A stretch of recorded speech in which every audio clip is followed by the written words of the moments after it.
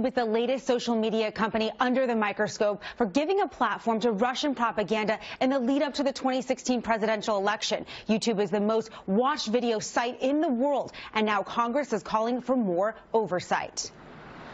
YouTube is under fire, accused of letting Russia propaganda spread on its platform through the Russia-funded television network Russia Today, known as RT. U.S. intelligence officials tell the New York Times that in 2016, RT consistently featured negative stories about Hillary Clinton on its YouTube channel. Russia Today, which was founded 12 years ago and is funded by the Russian government, has 2.2 million subscribers on YouTube. Its videos have been watched more than 5 billion times, among them an RT-produced show hosted by former Minnesota Governor Jesse Ventura. Now, I remember they told us when this whole Russian thing started, which I'll tell you, I don't believe it. Where's the proof? And I think when American social media companies allow RT to propagandize our people, they should tell the American people this is a message from the Kremlin.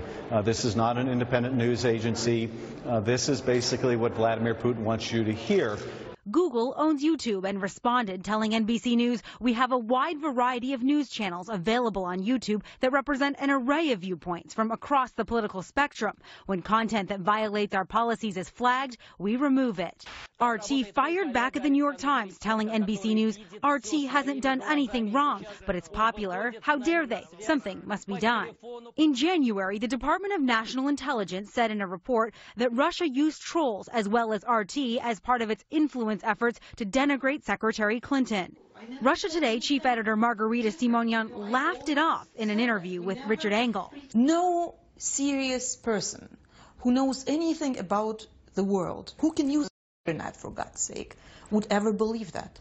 But there's also documented evidence that RT used Twitter in an attempt to influence the 2016 election. The company says the Russian network spent more than $274,000 on ads in 2016, directed at followers of mainstream media and primarily promoted RT tweets. And Congress is hungry for more information. Twitter, Google, and Facebook will face off with investigators on Capitol Hill next week. Also, big news this morning, Twitter announcing that it will now clearly label political ads that you see in your feed, including who bought them and how much they're spending. Twitter's trying to get ahead of those congressional hearings next week, guys. All right.